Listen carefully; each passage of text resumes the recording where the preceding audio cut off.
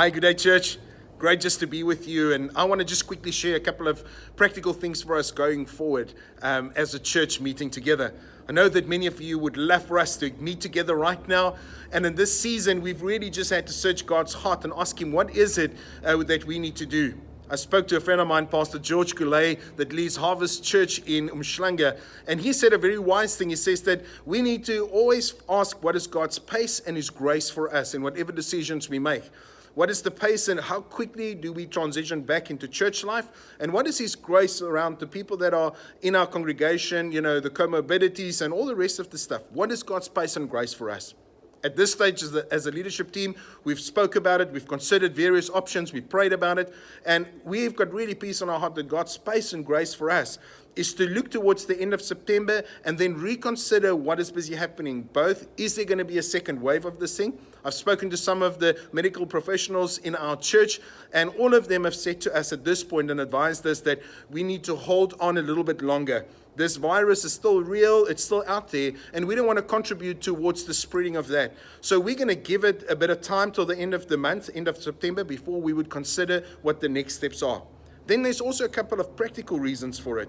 The regulation still hasn't changed around when we gather together. We have to sit 2 meters apart. We're not allowed to touch each other. We're not allowed to hang around for coffee afterwards and have the fellowship. And really, when we gather together as saints, it really is about the fellowship and about the ministry and praying for one another and the laying on of hands.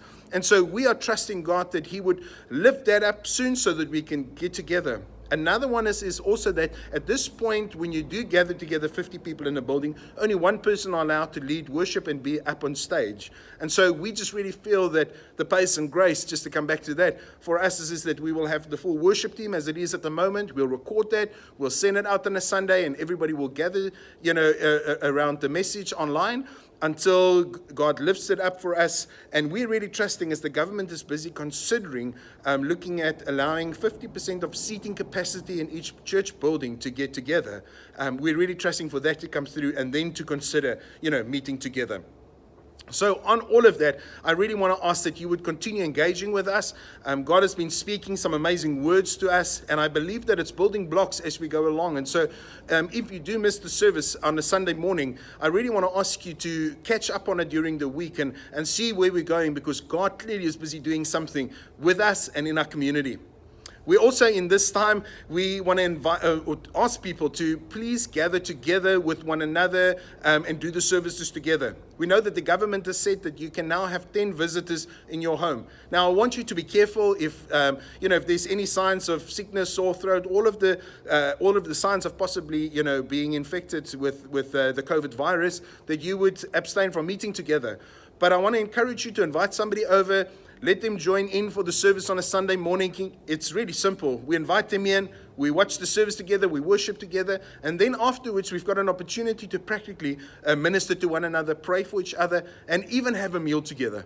So if you are happy to do that, please invite somebody. I know some of our small groups are gathering together and they're doing some services together and breaking bread together and doing some worship together.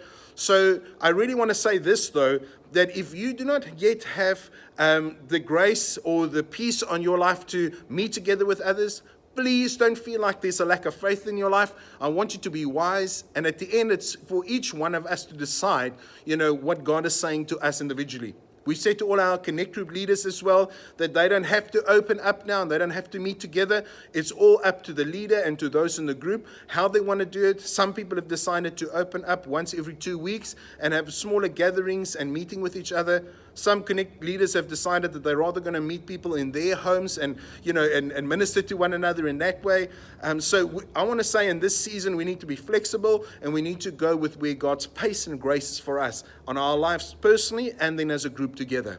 So please hang in with us. We are almost through this. We see God doing an amazing thing. We know that the virus is busy going down, the infection rate, and we want to make sure that that comes down sufficiently. And now that the heat is starting to come, we're trusting that soon we would be back together, worshiping God together, and really just, have that fellowship that we so miss out on being together. We love you, church, and we can't wait to see you all together like this. In the meantime, stay safe, and God bless you, and we love you.